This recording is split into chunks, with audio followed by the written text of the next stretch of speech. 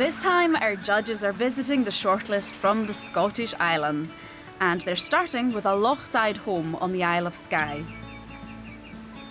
Couple Marcella and Ian took 5 years to build in Skallac.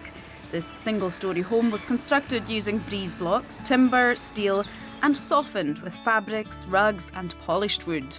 We're in Carbost, which is in the middle of Skye. We came up looking for a plot, so we saw this. It just seemed to me absolutely perfect, and I made him stop when he didn't want to stop and said, one day we're going to live there.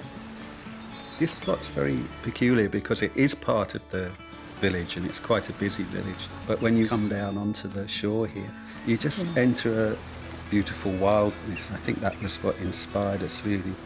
It's a longhouse, which is quite a traditional shape, but a longhouse, you go from room to room. And I said, well, can we make it a bit wider so that we can have a hall? And that's meant that we've got a big slot down the roof, which was complicated to build, but has nice features because there's a lot of light coming down from above in some of the rooms. We always like the idea of the raw materials, keeping things very unrefined in terms of what the building's made out of, which is inspired by the vernacular building here. No one else has got this.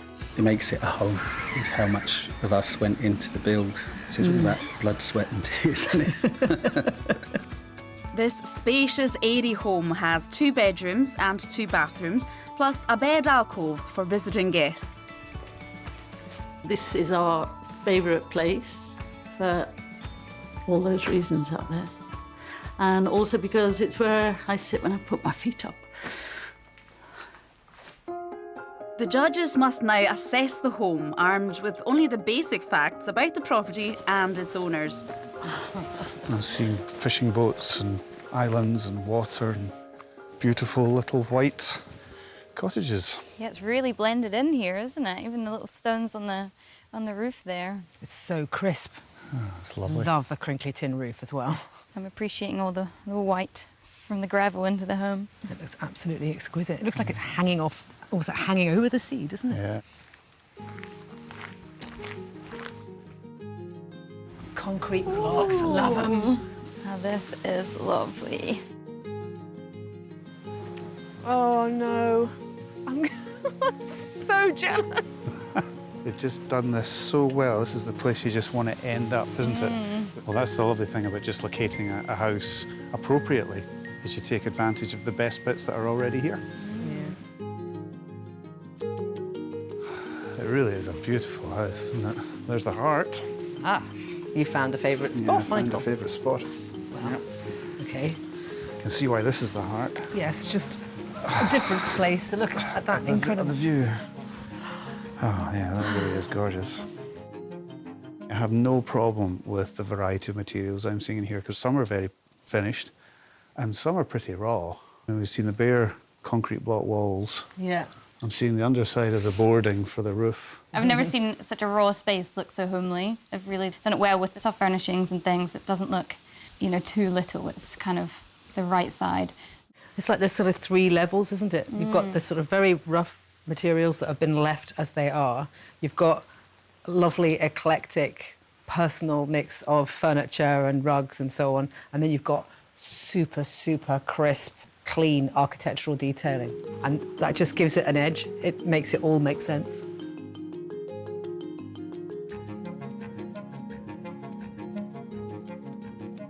That's adorable. Oh. This is like a little musical space, isn't it? So there's also a spare room, I suppose. So you pull that curtain across. You still okay with the concrete? Yeah, there's a lot of it. Now I'm seeing it more. But I think it works. I think it's just because there is so many soft furnishings in here, and the mix of the furniture, I think it works. Because concrete's never very popular, staining isn't generally very popular, and these are materials that you typically think are unfinished materials, and they're being used as sort of outside materials being used on the inside. This is all... Oh, cool. We could start a band in here. Oh, this is cute.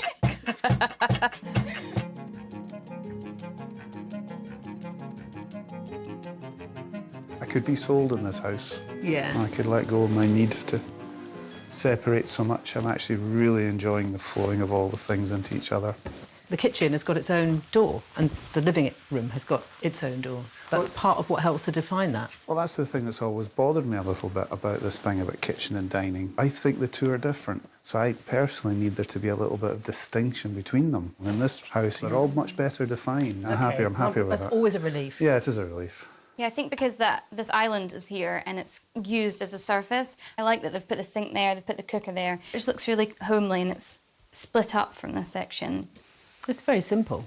And it's just all drawers, the whole thing. That's what I like in a kitchen. I've got only drawers in my home.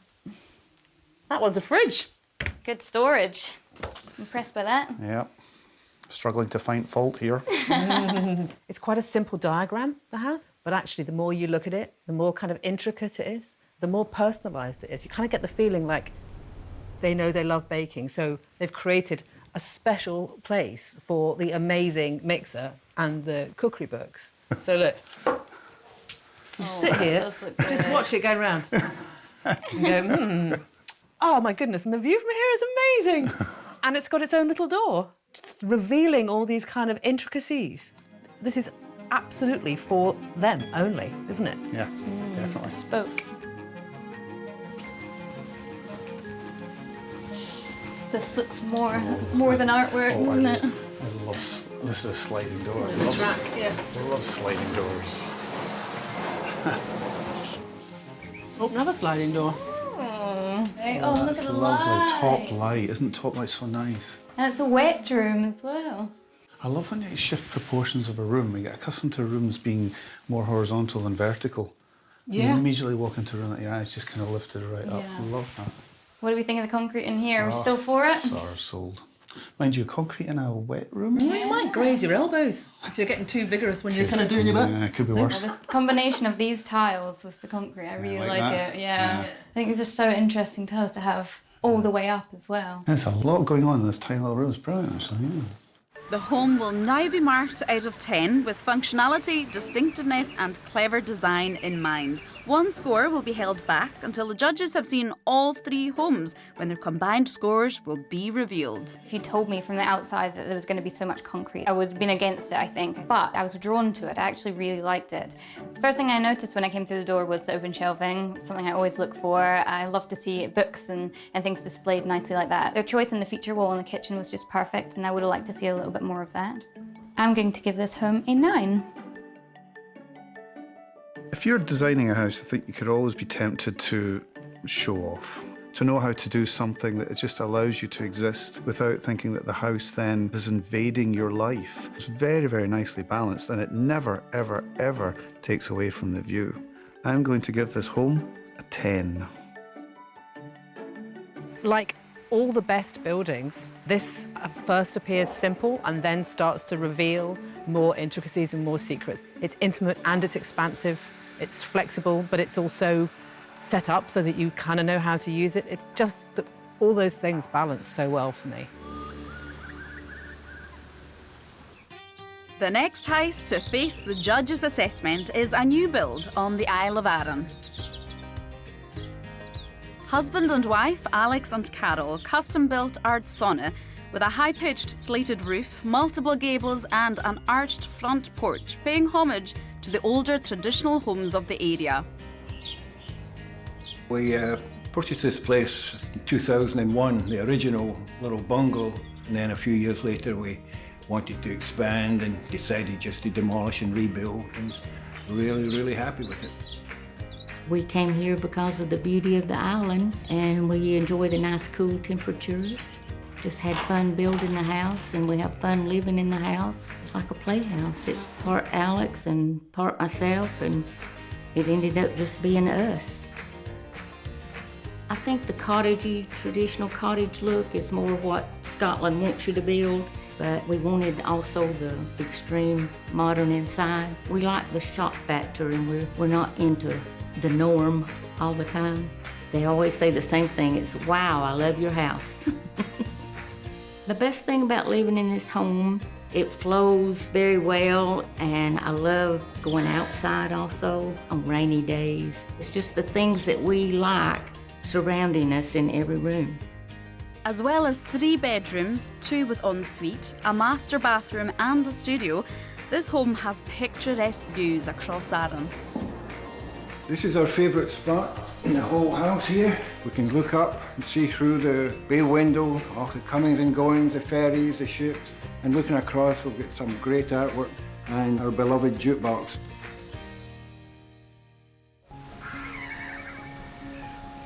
It's lovely in Scotland, even on a grey day, you can still get an amazing view, isn't it? Yeah, it's very, very peaceful here too, isn't it? So, Grey house to match the surroundings. Or grey. it looks very new, very clean. Very nondescript. Maybe that's part of what they have to do around here. Maybe. There's something else to be discovered in this house. Love this vibrant Nice door. red door, yeah. Yeah, it's cool. Oh, like that. Oh, this is a feature for a Oh, hallway. I like that.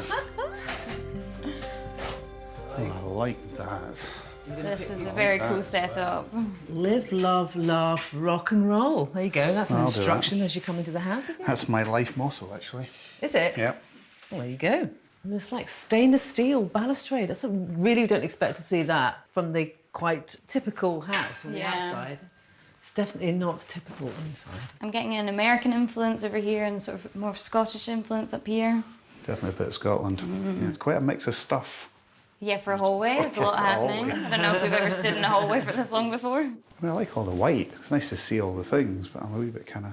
I think the white, actually, with the pale oak floor, provides a foil. And then they can basically, they're just treating all of these objects as objects to look at. As Yeah, it's almost like a blank canvas in here, Yeah. isn't it? Kind of art gallery towards there. Definitely got a kind of gallery feel, hasn't it? Oh, this is a lovely big space. It is. I see the theme of the hall is continuing into the theme of the living room. Do you mean Yeah. like white and a lot Stuff. to look at? Yeah. There's a lot to look at. It's really nice chairs. I like these. The Vasily chairs, yeah. It's a collection. Collection of... And have you ever seen a sofa with neons underneath it? No. It's a favourite spot, anyway. After you. From here, I can see the Wurlitzer. I can see through into the dining and kitchen, and I can see the view. I can sort of see the view. You'd almost expect that this house would have, you know, huge, huge windows to take advantage of that view. And then I'm sitting here and there's a lovely spot. I can see bits of it. I don't get that panorama. I suppose you can get the panorama by being outside. Yeah, the garden looks tended to, doesn't it? Yeah, So the garden's that's- really beautiful. That's our spot. I'm noticing this big piece here, this artwork, which is drawing my eye up there. And it's nice to see some colour because I think it's quite white and black. There's a lot of monochrome, isn't there? I'd like to see possibly even more colour than that. More nice chairs. Pair of eyes looking at me. Lots of interesting pieces in this home. I like that. I think that's really cool. You like it? Yeah. Little pixelated eyes. I'm not looking at you, at least. They've also got a really, really interesting collection of furniture, haven't they? The furniture is all 20th century, but the full range of the 20th century, I mean, it's all unified by being black or white or chrome. I'm not seeing majorly antique kind of things in here. I just have to contradict myself because we've got some classical stuff going on. Yeah. I think this rug really works here, especially on the wooden floors. But I think I would have liked to see, I don't know, I think the furniture is a bit clunky and it's a bit modern. There's too much of a statement piece in here with the rug. I think it should have been stripped back a wee bit. There's quite a lot of hard surfaces, aren't there? Yeah. It's quite echoey. Yeah. It's got a slight feel of a public space. I wonder if that's intentional, because they've got this art collection. As opposed to being incidental in a room, these things are sort of the room. If you go to a museum, you'll go to the Greek wing and you'll go to the modern wing. And this house, we're getting them all together, Yeah. trying to make sense of it in the one space. So all these spaces kind of flow into each other, don't they? I actually think that's a really tidy little bit of planning, actually. Yeah. Because you can come into the kitchen without having to come into the dining room, and the two can kind of connect. Back round to the Wurlitzer, which is the centre of everything. Centre of life. My goodness, look at this collection of stuff. So downstairs is an art gallery, and upstairs is like a museum. That's very dramatic, isn't it? I quite like the bed being at the back there. It's a nice feature. But also they've got a Macintosh replica chair there and a Mies Barcelona pavilion chair and footstool. Up here, even in the private space, they've got these iconic pieces of furniture that they're clearly using and enjoying. There's a lot on display, isn't there, in here? Just, well, throughout the home, I guess. Do you think it could edit? I think, yeah. Would you edit? There's just a lot of chairs. There are a lot of chairs. A lot of chairs. It's almost like a collection of chairs. I think I would have more colour. I know I say it a lot, but I think there's so much white. I think that's probably the first time I've thought the white walls is a bit much. Usually I'm all for white walls. Kate, anti-white walls, shocker. I know. It's a lot of black and white for me, and the only real colour is coming from the art on the walls. I mean, that's clearly their idea, though, isn't it? It's monochrome. They've got the same floor finish as downstairs as well. They really want these spaces to be unified. Mm-hmm. What I've noticed as well, though, is the lack of other kinds of textures. But I kind of feel like there could be more textiles in this house. Absolutely. I think that would ruin the art gallery. This is an art gallery. Yeah, they've made their bed.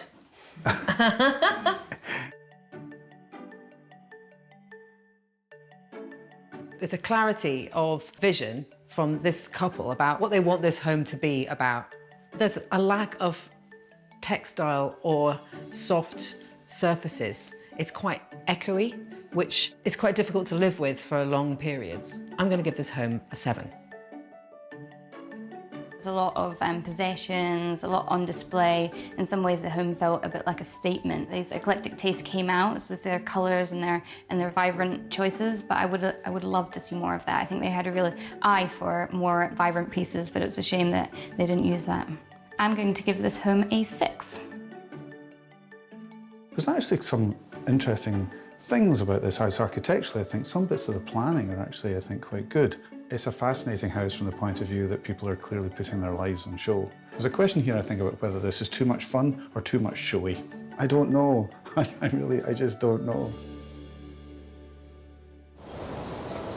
The final contender from the islands is an upside-down house in the south of Arran. After visiting the island for over 40 years, David and Linda decided to buy a plot of land and built Kiscadel Lodge. We actually tried to find a house just to buy. We just couldn't find anything that suited us. So somebody gave us the idea of building a house. We're delighted we did, because we kind of never bought a house like this. Because the site was really in a dip, we decided to do the kind of upside down house then. We thought we'd have the view from here, but we're really lucky that we still have the view down in the bedrooms, which was quite a bonus, wasn't it? Yeah, no, that turned out perfect. Yeah.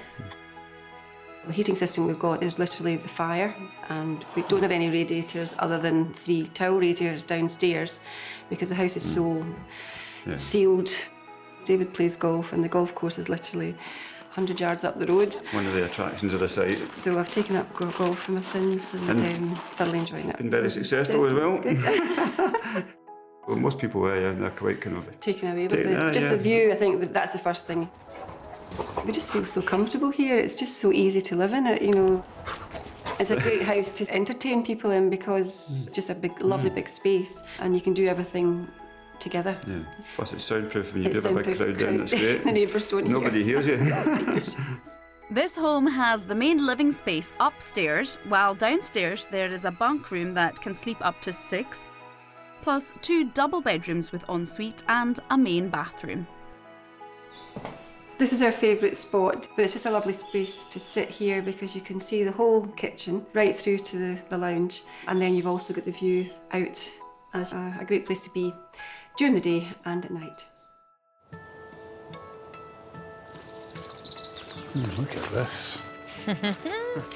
Oh, isn't that charming? That is delightful, isn't it? That has got to be the cutest colour of a home I've ever seen. Very New Hamptons vibe. Yeah, Cape Cod. Beautifully done though, isn't it? So nicely composed. And all the planting on the pots is just gorgeous. Oh, look at this. Do you know, I wasn't expecting that. Look at the floors. I thought they'd be all light, actually. Yeah, but it's an American thing, isn't it, to have a dark kind of rosewood coloured floor. That's true, that's true. It's quite striking, isn't it? Beautiful. Yeah. This is bamboo, this floor. Oh, yeah. So it's harder than hardwood. Really? Yeah, it's also completely sustainable because it grows in a year. Yeah. Handy out here. Yeah. I spy some beautiful open shelving. That's what I like to see in a kitchen. Why is open shelving so good in a kitchen? I just think it adds something. Without this, I just feel like it would be quite bare, wouldn't it? It's quite a view from the cooking station, isn't it? Just infinite sea horizon. I do like picking up some of the colours inside. Just look like some of the colours outside. Yeah, it's an impressive and varied colour palette. I always think red and green should never be seen, but here we are. And it makes me happy to see that the favourite spot is in the kitchen as well. Yeah. Let's test it out. Oh, this is nice. I'm getting some sun rays on me. Ah, it is a gorgeous kitchen, isn't it? I mean, this marble worktop. It's beautiful. It's Works so really, really nice with gorgeous. the white, doesn't it? The white and the dark floors. And did you also notice that we can, if we wish, turn this house upside down? We seem to have some floorboards on the ceiling. Did you see that? Yeah.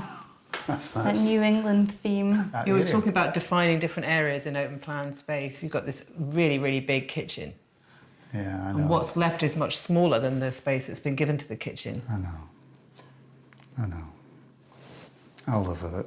I'll live with it because I'll just keep looking out the window. Yeah, you can forgive anything comes of you. I will.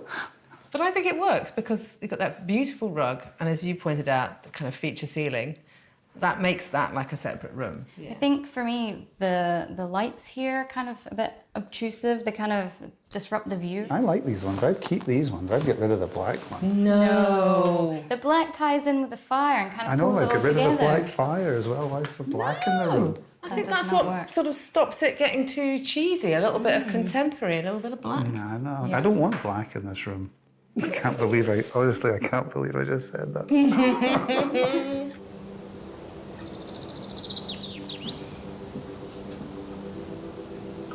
That's absolutely beautiful. I bet you're looking at the sea. I'm looking at the buildings. Can't help it.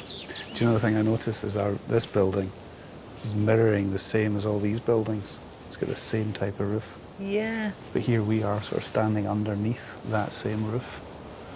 A lot of these buildings won't do that. This house is doing something slightly different. It's a clever riff on the kind of local building type, isn't it? It is. It really is. Well, this is quite a different feel to it than through there, isn't it? This feels like a kind of evening, cosy, more like a winter space, doesn't it? A retreat, an evening retreat. Yeah. They've really mastered the mix of textures as well, which I like to see. Velvet and crushed velvet and some tweed in there as well. The little doggy cushions, really cute.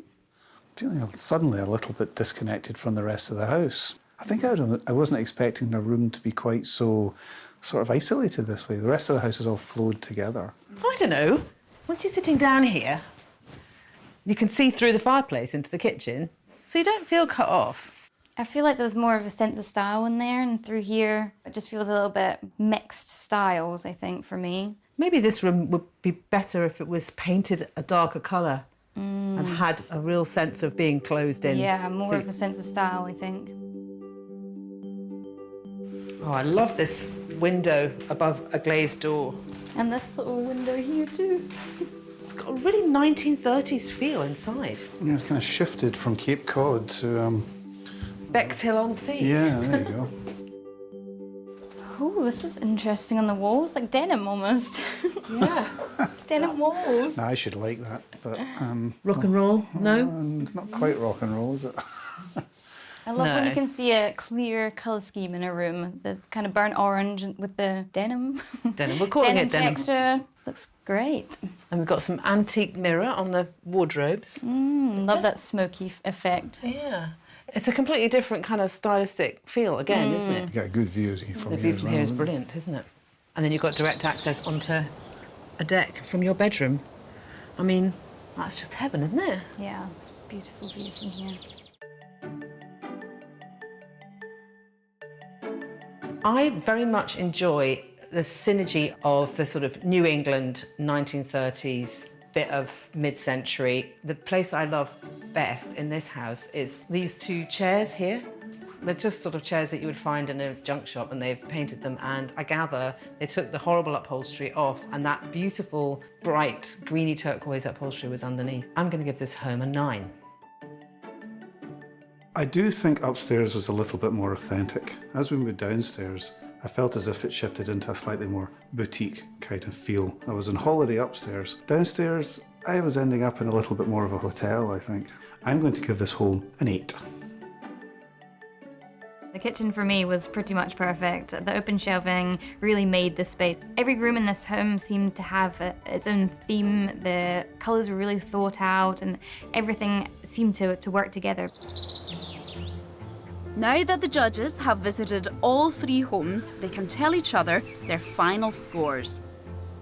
First, Michael is sharing his score for Art Sauna on the Isle of Arran. I must admit, I really loved those classical pieces of furniture. I couldn't quite make up my mind whether it was actually a house or a gallery. So altogether, I gave this house a 6. Right, so a 6, a 6 and a 7, which gives Art Sauna 19. It's a good score. Next, Anna is offering up her score for Skallac on the Isle of Skye. The material palette, it was just so assured. They thought about absolutely everything. Yeah. I gave Anne Skallac a 10. Oh, wow, that's high. So, with a 10, my 10 and a 9, that gives Anne Skallac 29. That's fantastic. That is good. A high score. That's worthy of that, I'd Yeah, say. definitely, totally agree. Yeah. And finally, Kate is revealing her score for Kiscadel Lodge in the south of Arran. I really felt like they'd planned out the rooms perfectly and it was just a beautiful space to be in. I gave this home a 9. A 9. Very good. So a 9, an 8 and a 9 gives Kiscadel Lodge 26, which is a really high Very good. Surprised at that, actually. That then gives us... We have a finalist. Clear finalist. It's exciting. Yeah. For me, it was the scale of it. It's kind of ambitious and small Yeah, and beautiful. very homely home. And now we know who all the finalists are. I think it's fantastic to see such a wonderful selection of Scottish homes in the final. Skallac is our winner this time and joins the other finalists. But who will claim the title Scotland's Home of the Year?